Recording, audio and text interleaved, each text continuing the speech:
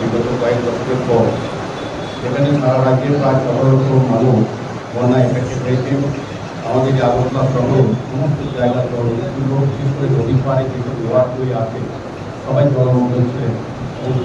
বন্যা দ্বারা ক্ষতিগ্রস্ত হয়েছে বিভিন্ন সরকার অনুমোদিত কাউন্সিলর উপস্থিত সরকার যথাযথভাবে জেলা প্রশাসন মহকুমা প্রশাসন তাদের উদ্ধার কাজে পরবর্তী সময় তাদের প্রাণ কাজে তারা সহযোগিতা করেছেন এবং পরবর্তী সময় যারা ক্ষতিগ্রস্ত হন তাদেরকে সাহায্যের জন্য চেষ্টা করা হয়।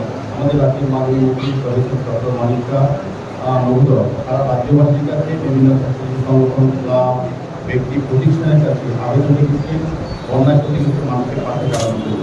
তারই স্থাপক হিসাবে আমাদের ফিলিপস কোম্পানি লাইটিং যারা তারাও একটা উদ্যোগ গ্রহণ করেছেন যে ক্ষতিগ্রস্ত মানুষের পাশে থাকার জন্য।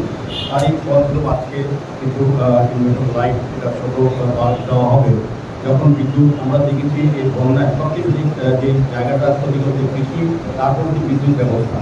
তো আমাদের যারা বিশেষ করে গরিব অংশের মানুষ তাদের যখন বিদ্যুৎ ব্যবস্থা বিকশিত করে তাদের একদম সাধারণ নয়, কোনো ক্যান্ডেল বা কোনো রকম তারা অসুবিধা করে। এখানে বলা যায় আমাদের রাকেশ কুমার সিংজি যে বিভিন্নভাবে বিভিন্ন জায়গায় তারা অসুবিধায় পড়ে। সেক্ষেত্রে তারা অনুভবন করেছে যে এই গরিব অংশের মানুষের কাছে যত সংখ্যক সম্ভব তারা ওই ডিস্ট্রিক্টে প্রায় 6,500 তারা বিতরণ করবেন।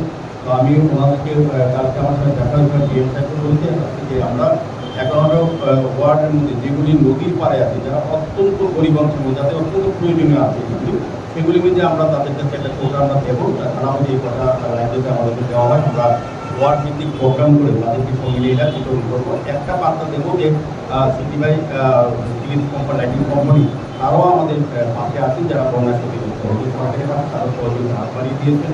এবং সেক্ষেত্রে আমার অনুরোধ থাকবে যারা আজকে ওখানে এখান থেকে যারা এই লাইনগুলি নেবেন পরবর্তী সময় যারা লাইনগুলি পাবেন তারা যাতে সব ব্যবহার সুন্দরভাবে করেন। আমরা অনেক সময় দেখেছি সরকারি বা বেসরকারি সহযোগিতা করার পর অনেকগুলি জিনিস বাজারে চলে আসে তারা নিজেরা ব্যবহার করেন।